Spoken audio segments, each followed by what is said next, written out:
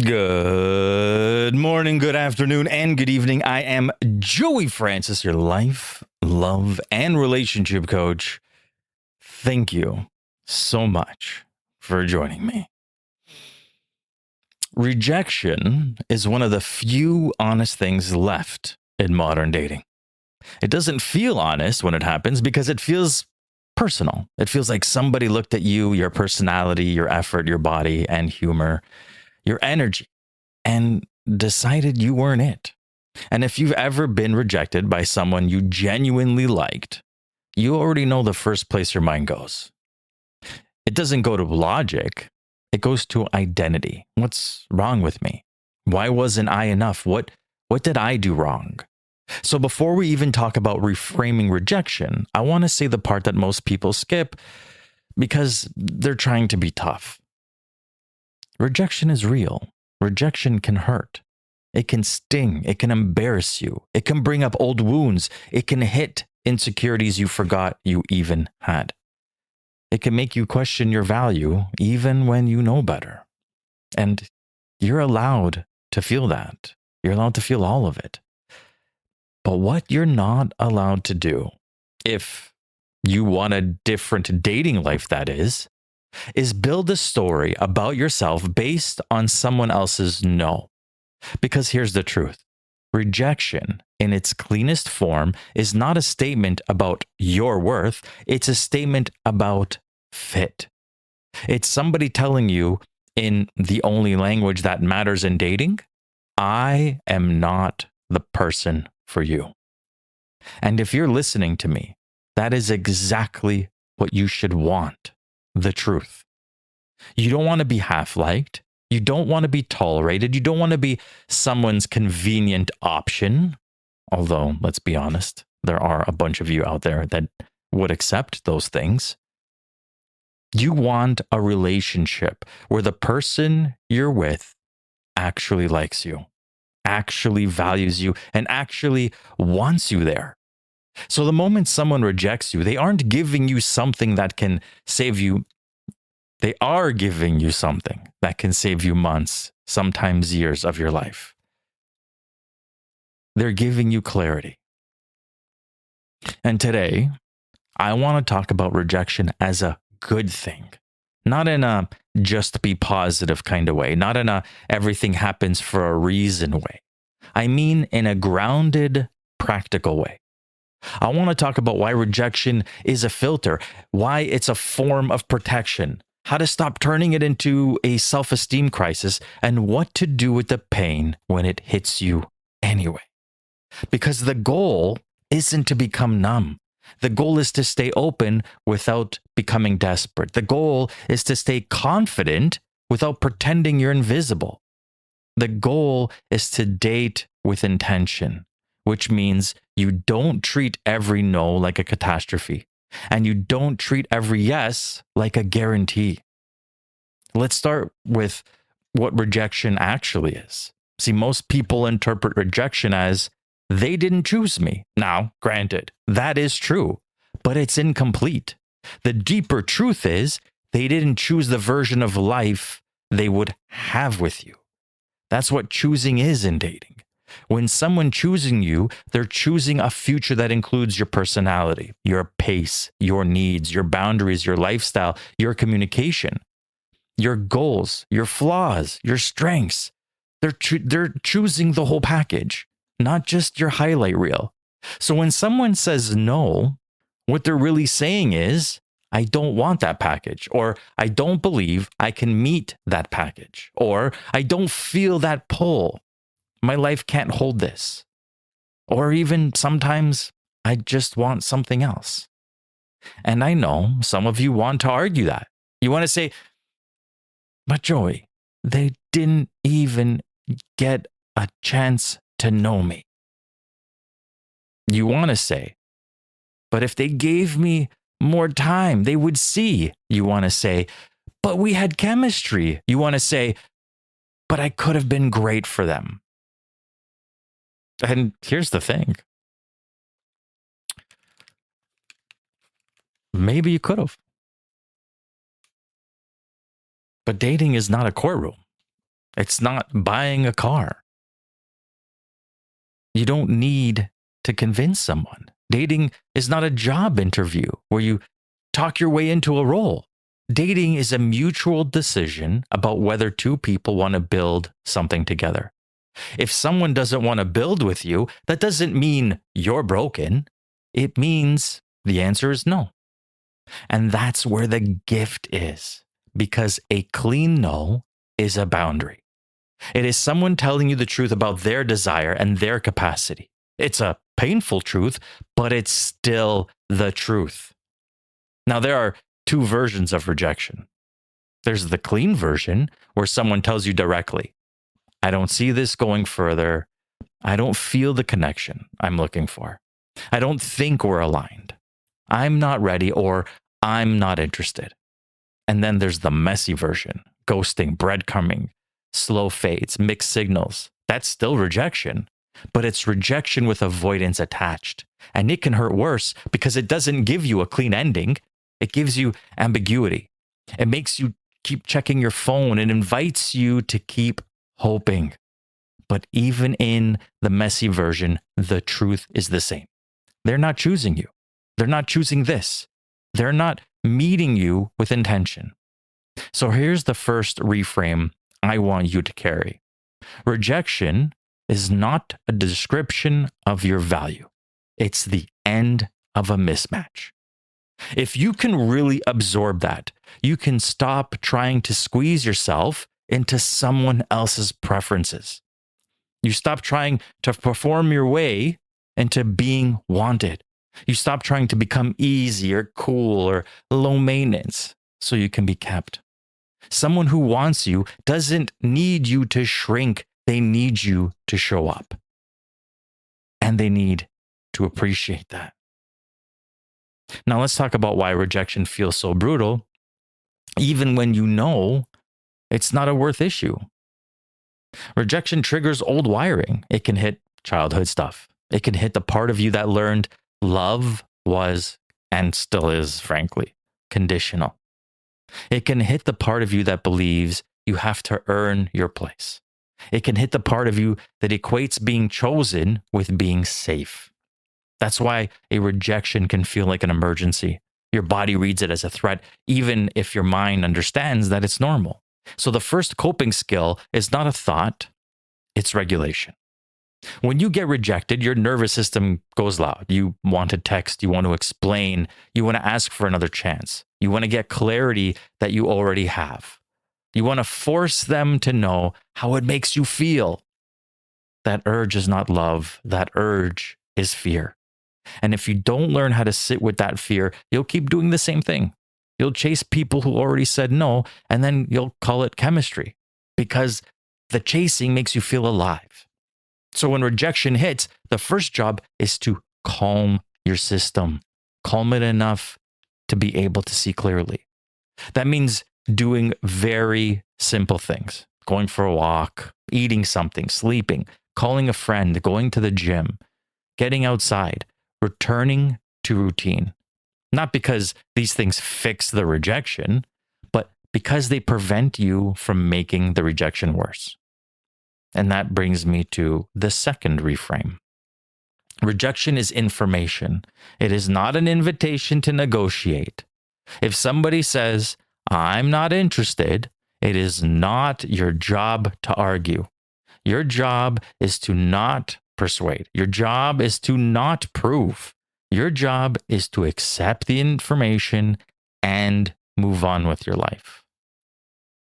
This isn't like you going to buy a car and saying to the salesman, listen, if you don't want to give me a deal, I'm going to walk. I'm going to walk. And that salesman trying to bring you back to say, no. I'll give you a deal. This isn't that. This is where self-respect shows up. Not in your confident speeches, but in your behavior when you feel unwanted. Now let's talk about the deeper reason rejection is good. Because it prevents you from wasting your life in the wrong room. Picture a relationship where someone doesn't truly like you for being you. They like the idea of you. They like certain parts of you. They like what you do for them, but they don't like your actual personality, your needs, your pace, your standards. What happens in that relationship is rarely dramatic at first. It's quiet. You end up moderating and editing yourself. You perform, you anticipate moods, and you shrink your needs to keep the peace because bringing your full self starts to feel risky. That's not love, that's survival.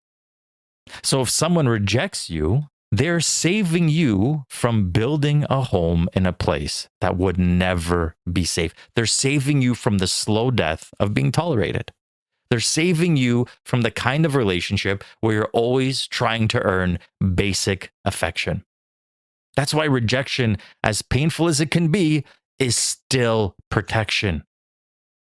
And I don't know how many times I need to say this to all of you, but time is the one commodity in the world, in the universe, until they invent a time machine, but even then, that we will never get back. Here's another truth. People who reject you are not always wrong about you. Sometimes they're just wrong for you. A person can reject you because they want something different. They might prefer a different personality. They might prefer a different lifestyle. They might want a different relationship pace. They might be attracted to different qualities. They might be in a different season of their life. And yes, sometimes they reject you for shallow reasons. Sometimes they reject you because they're emotionally unavailable. Sometimes they reject you because they're scared of intimacy. Sometimes they reject you because they are chasing novelty. Sometimes they reject you because they're not ready to be chosen by a healthy person. You do not need to diagnose it. You just need to respect the decision and protect your time. Because if someone is emotionally unavailable and they reject you, they're telling you, I can't meet you. That is extremely useful information. If someone is immature and they reject you, they're telling you, I can't hold this. That is useful information. If someone is not attracted and they reject you, they're telling you, the chemistry isn't here for me. That is useful information. The mistake is when you translate their I can't meet you into I am unmeetable. And that is not the same sentence. Now, let me give you a practical way to reframe rejection without bypassing your feelings. When you get rejected, your mind tends to ask, what's wrong with me? I want you to replace that question with a better one. What did this protect me from? Not in a bitter way, in a realistic way. If they didn't like your personality, what did it protect you from? It protected you from spending months with someone who would slowly criticize you into silence. If they didn't like your pace, what did it protect you from? It protected you from being rushed into things you weren't ready for, or being slowed down by someone who couldn't show up. If they weren't ready, what did it protect you from? It protected you from becoming their therapist, their training partner, their emotional rehab. If they weren't consistent, what did it protect you from? It protected you from living in uncertainty. That question doesn't remove the sting, but it gives the sting meaning. And meaning helps you move on from this. Now, I want to talk about another aspect of rejection that people ignore. Sometimes rejection is a sign that you showed up honestly. A lot of people get rejected after they finally speak up. They say what they want. They set a boundary. They express a need. They stop being cool. They stop going with the flow. And then the other person pulls away. That rejection can feel devastating because it feels like the moment you were finally yourself, you were punished. But that's exactly why it's good. Because what you just learned is that this person only liked you when you were easy to consume. They liked you when you were low maintenance. They liked you when you were agreeable. They liked you when you didn't require anything. And the moment you required respect, they left. That is not your loss. That's your filter working. Here's a line I want you to remember the next time you're rejected after you speak up. If being honest makes them leave, the honesty didn't ruin anything. It exposed what was never going to be safe. Now, let's get more specific and start talking about coping, because this is where people struggle. Rejection hurts in the moment because it collapses a future you were imagining. Even if you were only a few dates in, you might have built a picture. Your mind starts filling in the blanks. It starts forecasting. It starts dreaming. And rejection just pops that bubble. So the pain isn't just that they didn't want you. It's that you have to let go of the version of life that you were just picturing. That is a form of grief, and grief needs to be processed, not argued with. So here's what I recommend as a rejection protocol. Not a long checklist, just a process that you can repeat. First, you respond with dignity. If someone says no, you don't beg, you don't bargain, you don't punish, you don't lecture them on what they're missing, and you don't do the fine, I didn't like you anyway performance, because we all know that you're full of shit. Okay, because if that was the case, you wouldn't try in the first place. You just keep it simple. Thank you for being honest. I wish you the best. But then you remove all access. This is where people fail. They say the right words. Then they keep the person in their orbit. They keep watching stories. They keep liking posts. They keep answering late night DMs. They keep the wound open. If you want to heal, you don't keep touching the bruise. So you take space. You mute, you unfollow, you block, whatever you need to do. You stop revisiting the conversation. You stop rereading messages. Not because you're childish, but because you're human. Your nervous system needs distance to let go. There's a reason why this saying exists. Out of sight, out of mind. And then you do a reality check. Your mind will try to create a story about what this means. It means I'm not attractive. It means I'm too much. It means I'll be alone. It means nobody chooses me. Those are just stories. The reality is much more simple. One person did not choose you. So you can say this out loud. This is painful, but it is not proof that I'm unlovable. And I know that sounds small, but it matters. You listen to you. Your brain believes what you repeat. And then you take care of your body, because rejection lives in the body. If you stop sleeping, stop eating, stop moving, you amplify the pain. Treat it like you're recovering from a minor injury. You don't need a dramatic plan. You need a basic one. And then you extract the lesson without turning it into self-blame. This is where you ask yourself, what did I ignore? What did I hope would change? What did I project? What did I learn about what I want? Not how do I become different so I won't be rejected? That's how you lose yourself. The lesson is not to be more appealing. The lesson is be more aligned. And finally, when you return to your life, and this sounds obvious, but it's not, many people pause their life until the pain passes. They isolate. They stop doing things. They stop being social. They sit with rejection until it becomes their identity. Don't do that. Go live your life.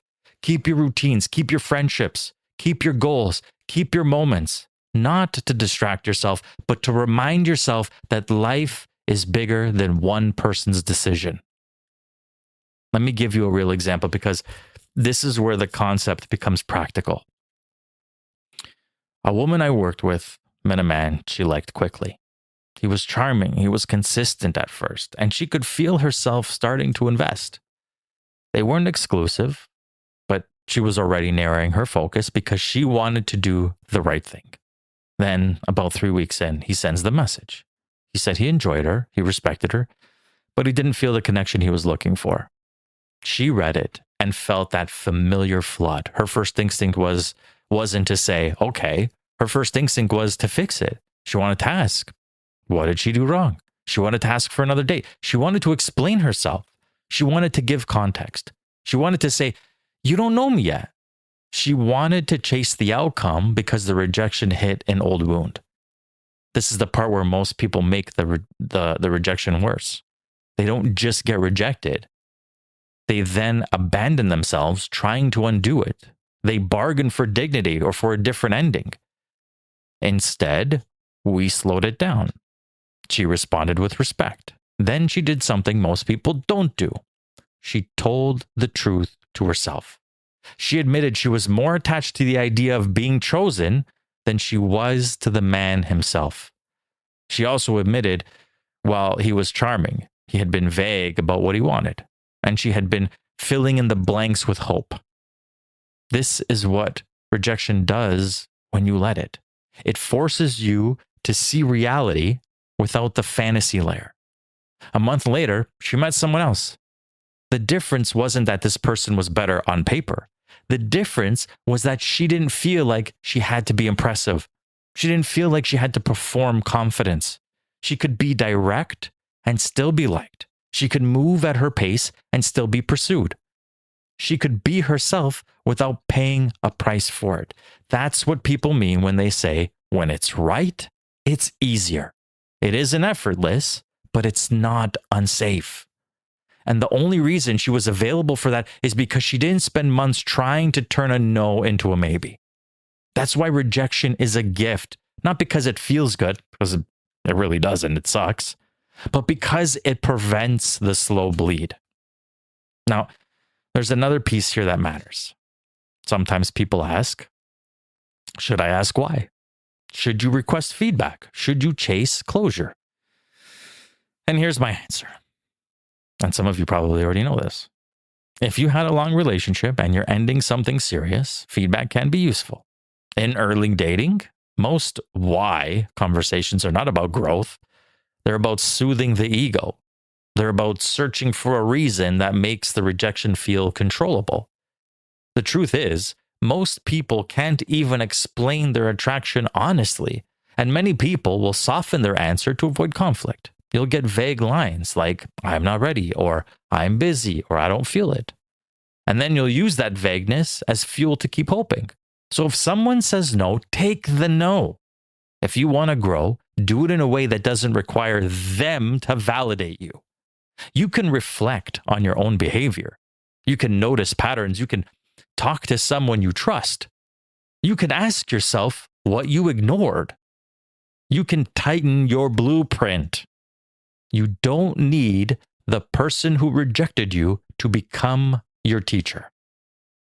I also want to address rejection that doesn't come as a clean sentence. A lot of people don't get rejected directly. They get rejected through effort dropping.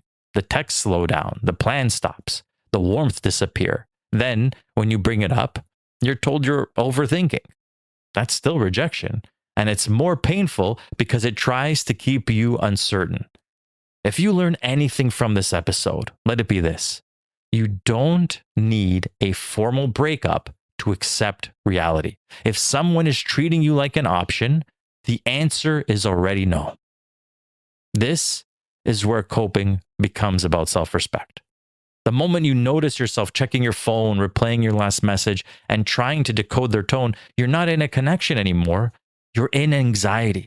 And anxiety is not a relationship. So if you get the slow fade, you can still handle it with dignity. You can still close it cleanly. You can still say, I'm looking for consistency and attention. And if you're not feeling this anymore, that's okay. But I am not interested in ambiguity. And then you step back. That protects you from becoming someone who accepts crumbs.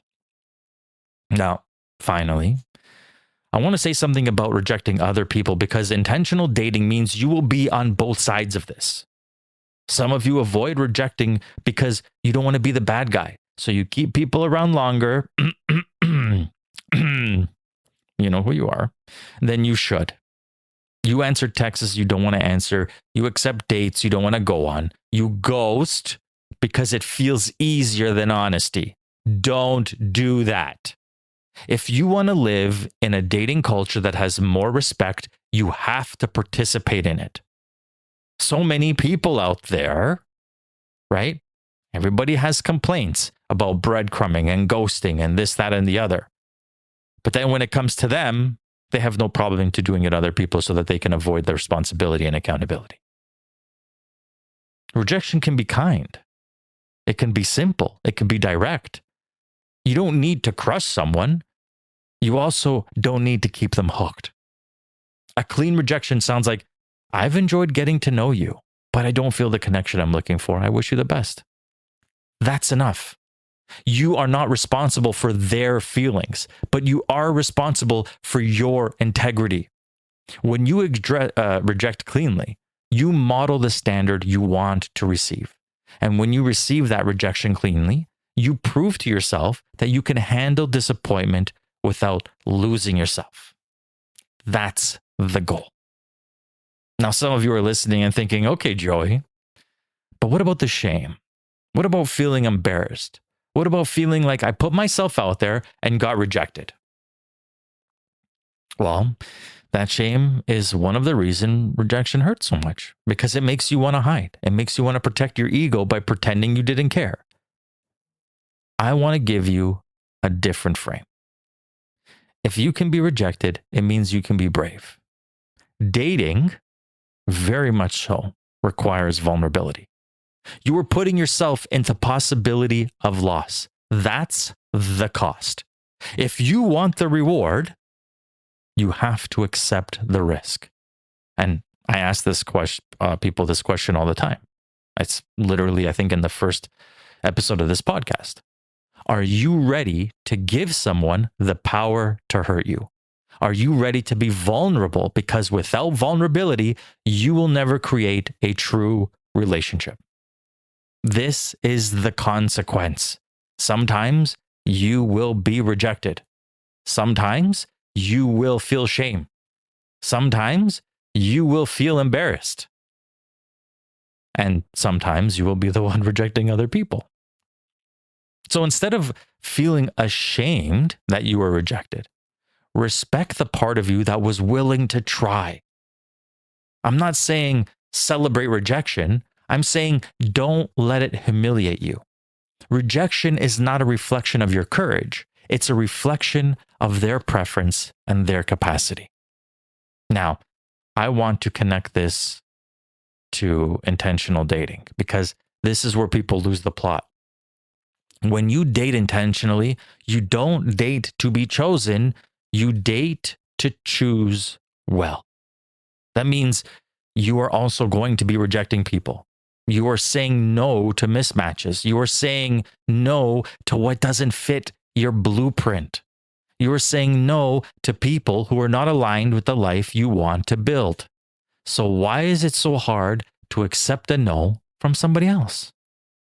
Because you're not just trying to build a relationship. You're trying to prove something about yourself, your lovability, your desirability, your worth. That proof seeking is what turns rejection into a crisis.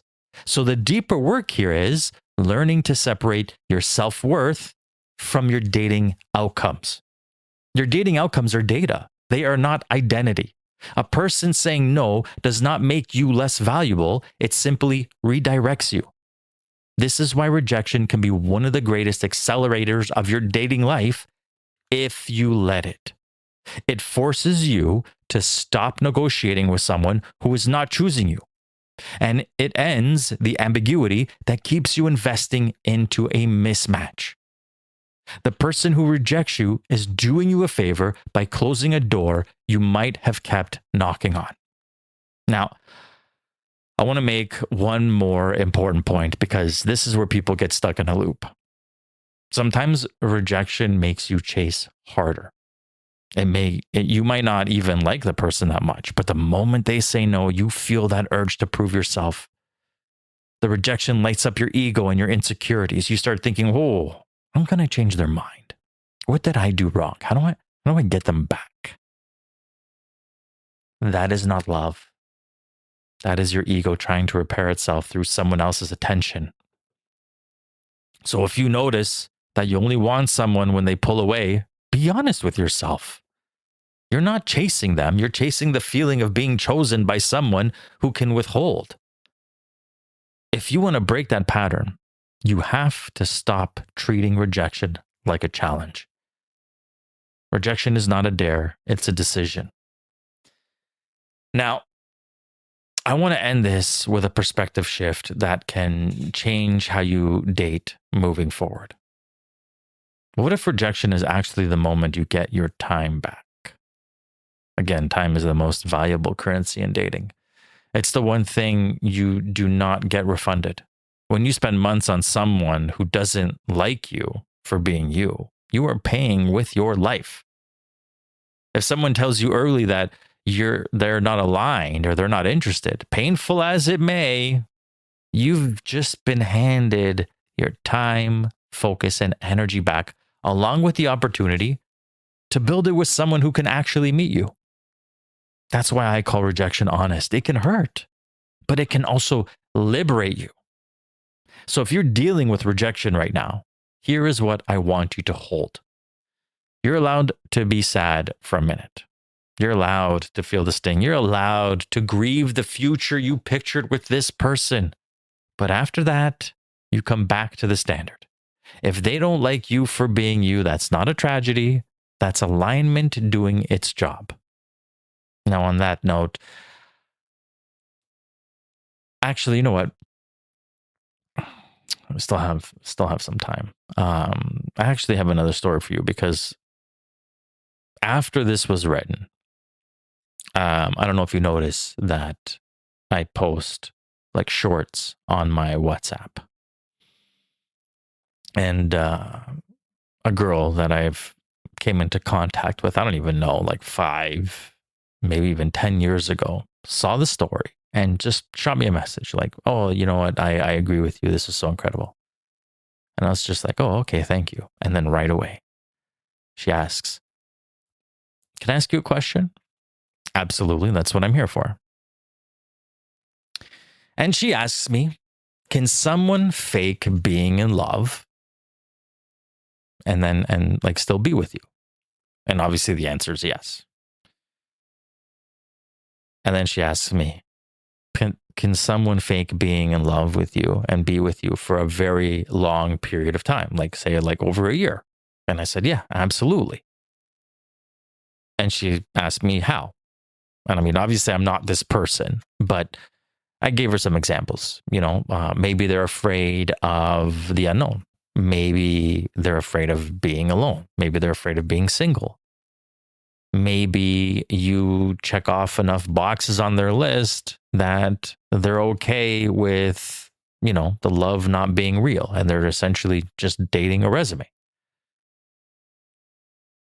And then she said to me, okay, because I had this feeling that this is what was happening with my ex-boyfriend. And I said, oh, okay. Well, I'm sorry to hear that. Is everything okay? And she's like, well, we just broke up not that long ago. And I asked her, like, was it mutual? Did he break up with you? Did you break up with him? And she's like, no, he broke up with me. And that's where the tie into this episode is. Because he didn't give her a reason. Well, all he said was, I can't do this anymore. I'm not feeling it. You know, I need out. And she had no idea. And I'm sure there's other people out there that have been in this type of situation where you're dating someone, you're with them, there's no problems, there's no issues. Everything seems perfectly fine. And then out of nowhere, no day, nowhere, out of nowhere, one day, that's what I was trying to say. I was getting it mixed up. Out of nowhere, one day, the person comes and just says, can't do this anymore. I had enough. And she was devastated by it. There are a few other videos that I sent her that could help her explain to things. And I even said it to her myself. Were you 100% authentically yourself. Oh, because she was saying to me, what did I do wrong? I must have done something wrong. What did I do wrong? And I just want to know what I did wrong. And I asked her, were you 100% authentically yourself in this relationship? And she's like, yeah, absolutely. She's like, I'm always myself. And I know she's like a very, very honest person. She's actually a nurse. She's such a sweet woman. And she was like devastated because she's like, what did I do wrong? And you know what most people are going to say to her? You didn't do anything wrong. What are you talking about? You didn't do anything wrong. And I said to her, I'm like, yeah, you probably did do something wrong. And she's like, but what do you mean? She's like, what do you mean I did something wrong? I go, you obviously did something wrong. The question isn't, you know, what you did wrong. The question is who you did wrong to. Because there is no universal standard for right and wrong. I mean, yeah, okay, I know that there kind of is, but what each and every one of us perceive as life is how we perceive life. And I mean, even if you talk about, you know, wars and fights and arguments, both people on both sides tend to believe they're right for the good of them and their people. So it's only a matter of, you know, as the saying goes, the winners write the history books. So if she did something wrong to him, it doesn't necessarily mean it's wrong universally. It just means it was wrong to him. And I said to her, I go, if you did do something wrong, it was wrong to him. But who is he to decide what is right and wrong for you or for the universe? It was just wrong for him. And that's why he couldn't deal with you anymore. For whatever reason that is. And I know that it sucks because you were with him for a year, and why couldn't he figure this out sooner? But you were your 100% authentic self. And at the end of the day, I can say this, that if you were 100% your authentic self, then he wasn't for you because he didn't appreciate you for you. He wanted you to be somebody else. And you weren't. You were yourself. And that's the most important thing. That should help you be able to sleep at night instead of trying to conform to someone else's ideals. Because you were yourself and they didn't like it or it wasn't enough for them.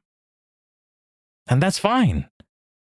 Because the goal is to find somebody whom you can be 100% yourself with. And they love and appreciate it, and vice versa. After our conversation, she thanked me because she said, you know, it still hurts, but hearing this perspective definitely helps. And I even said to her, like, if she needs to talk, I'm here. But yeah, sometimes it can just happen out of nowhere after a long period of time. I mean, even in marriages and things of that nature, you know, where two people fall in love and love each other dearly, but essentially, because sometimes, you know, our idea of what the future doesn't align with the person we're with, and we grow in different directions, and it just ends. It just ends. Not for any like terrible bad reason, which I know sometimes makes it easier to deal with, like if someone cheats on you or you know, disrespects you, whatever the case is, because now it's like, oh, I can't live with this. It's easier to get dumped or to walk away from it. But when it's two people, you know, growing apart or somebody just realizing that you're not for them, it hurts a little bit more. But as long as you remember that you are 100% your authentic self and they didn't appreciate or like that, well, there's nothing you can do about it because you cannot change that person. That person is you. So celebrate yourself. Understand that having a life with somebody is about acceptance. Again, something I say all the time. Both of you accepting each other for exactly who you are. Anyways, I'm going to stop rambling now. I hope that you've enjoyed this. And you know, just like that friend of mine, if you have any questions for me or podcast ideas, you can message me at joeyfrances.com. That's joeyfrances.com. And there you can get access to my services, my books, and of course, the form to send me a message. And one last thing, here's what I want to leave you with tonight. Rejection isn't the universe closing a door on you. It's the universe taking you out of the wrong room. Till next time.